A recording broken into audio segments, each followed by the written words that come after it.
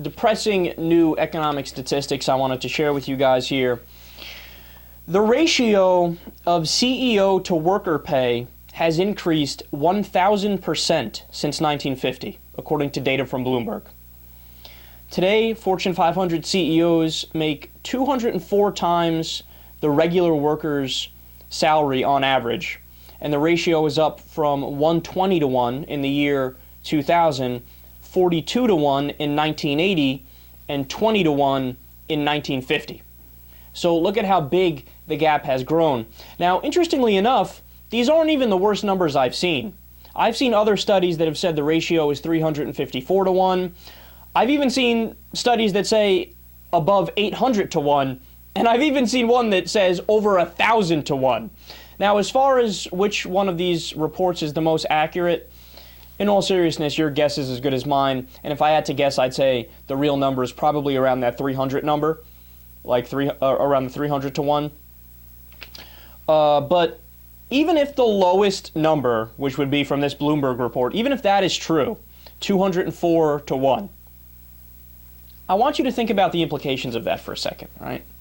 And I'll get into more details in terms of a statistical argument and why that's simply not sustainable in a second, but think just from a philosophical perspective. Now, a lot of people might disagree with me on this, but I am a capitalist, and I believe in the idea that, the owner of the company and the CEO of the company, they can make more than the janitor. I see no problem with that. I see no problem with somebody whose ass is on the line. If the company fails, they lose their livelihood. I see, since that guy's taking more risk and in a lot of cases working longer hours or working harder or doing different things, I could see that person getting paid more than somebody who's lower on the food chain, and I have really no problems with that. But then the question is, to what degree?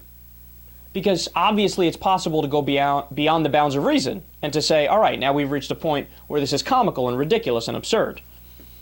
And when you step out of an economic mindset and you just think from a purely human perspective, is it really the case that we can say, objectively, this person is valued as 204 times greater worth to humanity than this guy right here? And to that I say, absolutely not. Is he worth 40 times more, 20 times more? Maybe. I mean, it's a stretch, but I could say, all right, there's an argument for that. But when you get up into 200, 205, 800 times more, it's just silly. Now, apart from a philosophical standpoint and disagreeing with it there, look at a real-world argument in terms of, is it sustainable, is it not sustainable, why or why not?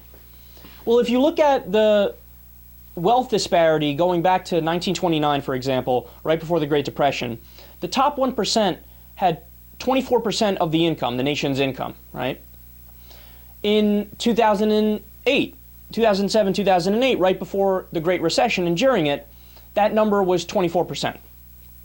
Now, throughout our history, when we had the golden age of economic expansion, which was roughly from the 1950s to the 1970s, where we had a middle class that was the envy of the world, and we had a rising tide for everybody, essentially, the number was between, the top 1% had between 8% and 12%, and it would oscillate back and forth between those boundaries. So you see what happens? Whenever there's a tremendous wealth disparity, the economy tanks, and everybody's worse off.